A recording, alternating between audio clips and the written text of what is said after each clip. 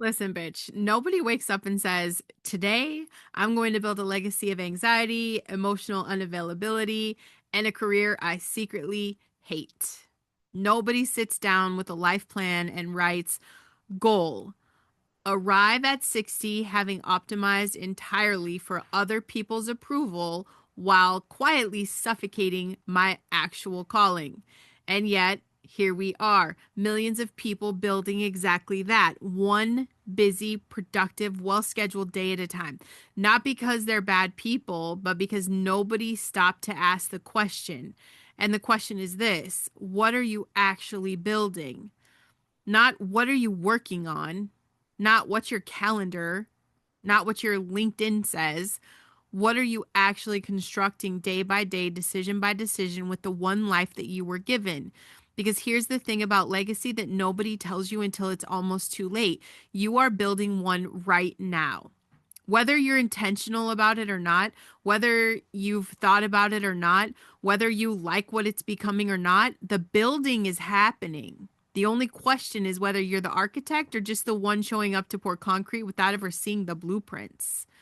Hey, you guys, welcome back to the Listen Bitch podcast. 18 episodes of this rebellion, and the people still here are not casual listeners. I appreciate you guys so much. In case I have not said thank you lately, because I know you're the one that is feeling that shift.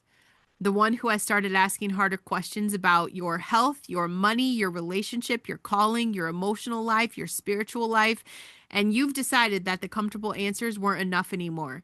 That is not nothing, that is everything.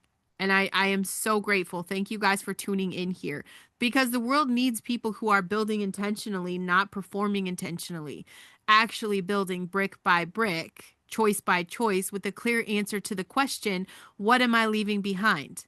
I'm Brandon Lynette, podcast coach, and my message is your mess is your message. The life you've lived, all of it, including the parts that you'd rather not put in the highlight reel, is the exact raw material of the legacy you were made to build. And today I really want to talk about how to make sure you're building the right one.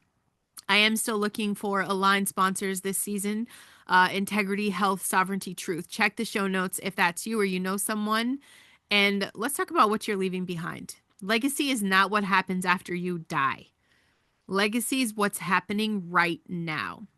Every interaction with your kids is legacy. Every decision about your health is legacy.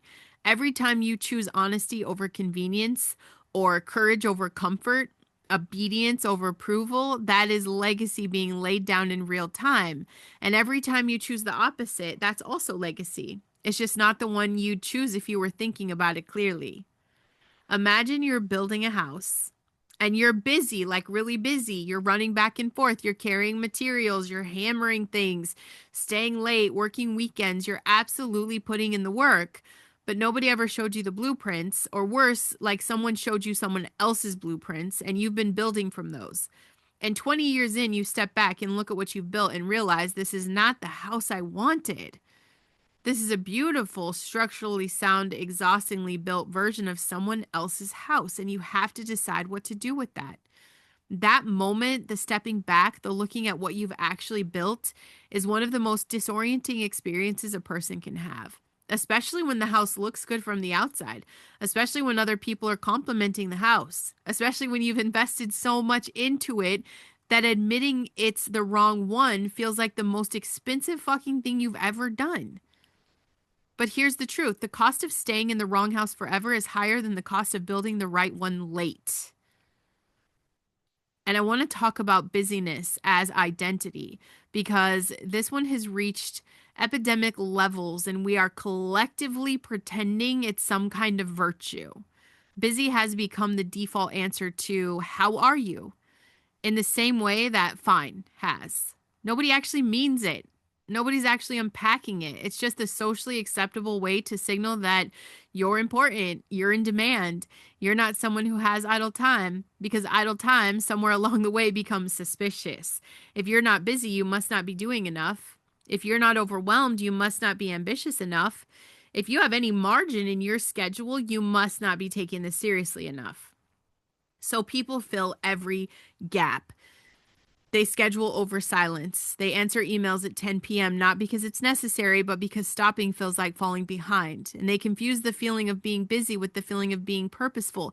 And those are not the same thing at all. One is motion, the other is direction. You can be in furious motion in entirely the wrong direction. A hamster on a wheel who is extremely busy, the hamster is going nowhere. And if your brain is like mine, this trap gets you, okay? Because your brain will hyper focus on activity, any activity, as a way of managing the discomfort of uncertainty. If you're doing something, you don't have to sit with the question of whether or not you're doing the right thing. Busyness becomes the avoidance strategy for the deeper question, and that would require stillness to answer.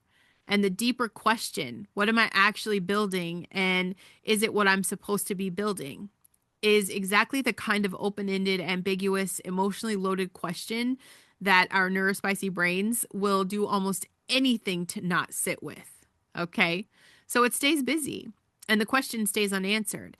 And the wrong house keeps getting built one productive day at a time. And then there's the spiritual cost of living someone else's definition of success. This one is sharp because the definition of success that most of us are working from was handed to us by parents, by culture, by a school system that ranked and sorted us, by an economy that assigned our value based on our productivity, big house, nice car, impressive title, certain income, certain body, certain social proof. And a lot of people chose that their whole lives and genuinely arrive. They got the thing and they feel nothing. Or worse, they feel terrible, that specific hollow feeling of someone who climbed the ladder and found it was leaning against the wrong wall. And that hollowness is not ingratitude. It is not even necessarily depression. It's the soul's honest response to being fed the wrong thing for a very long time. You cannot fill a God-shaped hole with achievement. You cannot resolve a calling with a promotion. You cannot build a legacy that matters by optimizing for metrics that were never measuring what actually matters. And this shows up in the person who is successful by every external measure and still lies awake at 3 a.m. with a specific unnamed ache. They have the income. They have the relationship. They have the followers or the title or the house, and they're genuinely grateful. They know it could be worse. They know people have it harder, and they still feel like something essential is missing. That feeling is not something to medicate or reform into gratitude. That feeling is just a compass. It is telling you that what you've built is real, but it's not the whole thing. There's more, and you damn well know it. It shows up in the grief of realizing that you've been building the wrong thing. And I don't want to honor this grief because it doesn't get enough space. When you've spent years, sometimes decades, building something that you realize is not what you were meant to build, that is a real loss. It doesn't matter if it looks good from the outside. The internal experience of that recognition is grief. Grief for the time. Grieve for the version of who you worked so hard for, something that wasn't it. Grieve for the calling that waited while you were busy elsewhere. That grief is not a dead end. It is the doorway. Because the moment you name it, and the moment you're honest about it, the moment you stop defending the wrong house and admit it's the wrong house, is the moment you can actually start building the right one. That's not starting over. That is starting with everything you've learned from what didn't work. That is the most expensive tuition in the world, turning the most valuable education that you have. And look at what you're passing down without realizing it. Your kids are not listening to what you say about what matters. They are watching what you do with your one life. They are absorbing your relationship with work, with money, with your spouse, with them, with your body, with God, with yourself. They're learning from you right now whether their worth is tied to their productivity, whether rest is safe or suspicious, whether the real version of a person is worth showing up as, whether God is relevant to daily life or just to Sunday mornings. You're the curriculum. The question is, what course are you teaching? And this is the thing about legacy that the rebellion reframes completely. The most powerful legacy you can leave is not a monument. It is a life so fully and authentically lived that the people around you get the permission to do the same. When your kids watch you choose your health over convenience, actually see you cooking the food, actually see you moving your body, actually see you protecting your sleep. They learn that their body is worth stewarding. When they watch you set the boundary and survive the discomfort of someone's disappointment, they learn that their peace is worth protecting. When they watch you pursue the calling, even when it's scary, even when the outcome isn't guaranteed, even when the people around you don't understand it or they don't believe in you or they minimize it or they laugh at it, those babies learn that the God given assignment is worth the cost of obedience.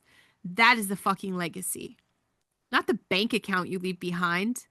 Although financial legacy does matter, and I've talked about that, I think, in the third show. Not the social following. Nobody gives a shit about that. The permission structure, the model, the proof that it's possible to be fully yourself, fully faithful, fully alive, and that those things are not in conflict with each other. Jesus built his entire ministry on this principle. 12 people, no platform, no marketing budget, no algorithm, just a life lived so completely in alignment with truth and love and purpose that the people closest to him were permanently changed by proximity. 2,000 years later, and we're still talking about it. That is legacy, not scale, depth, not reach. Those are roots, baby. And your specific mess, the exact combination of what you've been through, what you've survived, what you've learned the hard way is the specific material your legacy is made of. Nobody else has it. Nobody else can build what you're supposed to build. The world loses something irreplaceable every day you spend building the wrong thing or building nothing at all. So start with the eulogy exercise. And I know this sounds morbid. I literally just was reminded about doing this from my other podcast. One of my guests said she did that. And I remember I did this years ago with a life coach. Okay. So stay with me here because this really works. I want you to write it down. I want you to write down on a piece of paper what you want people to say about you at the end of your life. Not your resume, not your achievements. How did they experience you? What did your presence give people? What changed because you were here? Now look at how you actually spent last week and ask honestly, was that week building toward what I just wrote? If yes, fuck yeah, bitch, keep going. Hell yeah. And if there's a gap, the gap is your homework. I want you to translate the legacy question into something concrete if your brain is kind of off the rails like mine. Concrete and immediate, because abstract long-term thinking is genuinely harder if you're kind of struggling with future self-connection. Instead of what legacy am I building, ask what do I want the person I love most to say about me at dinner tonight? It's the same principle, but it's a lot shorter time horizon, much easier for your brain to work with, okay? And then you just build it out from there. And then okay, listen, bitch, do the one thing. I feel like I need that to be my next slogan. Do the one thing, because it's just one fucking thing at a time. Not the full pivot, not the complete overhaul, not the burn it all down and start fresh. The one thing that moves you 1 degree closer to the right house. One honest conversation, one decision made from calling instead of fear, 1 hour carved out for the thing that actually matters instead of the thing that just feels urgent. 1 degree sustained over time, 1 degree of course correction changes your entire destination. And I think this conversation lands in the center of everything. Because of everything we've talked about this season, every domain we've walked through, every pattern we name, and every trap we've called out, it all comes back to this. What are you building? And what is the thing you were made for? The rebellion was never about tearing things down for the sake of it. It was about clearing the ground so the right thing could actually be built. Because I am passionate about getting you grounded and healthy and financially free, relationally whole, spiritually rooted, emotionally regulated, fully visible, just genuinely yourself. That's the house. That's the legacy. And Jesus is not just the inspiration for it, he's the foundation, the way, the truth, the life. And that means the way to build it, the truth about what it's for, and the life it produces when you get it right. You have everything you need inside of you. You have the mess. You have the message. Now build the damn thing. If you feel this episode, if it landed somewhere deep inside, okay, like the show, subscribe, share it with someone that you love. And I need you to leave a written review. It takes less than 2 minutes. but that's how the person who really needs this is going to find it.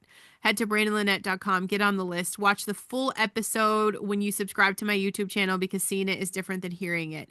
And if you're ready to stop building someone else's house and start building the one you were always supposed to live in, check the show notes so you can work with me, okay? Tell me your story. Tell me why you're the one who needs to be heard. I want to know what makes you special. Bitch, build your house. It's not too late.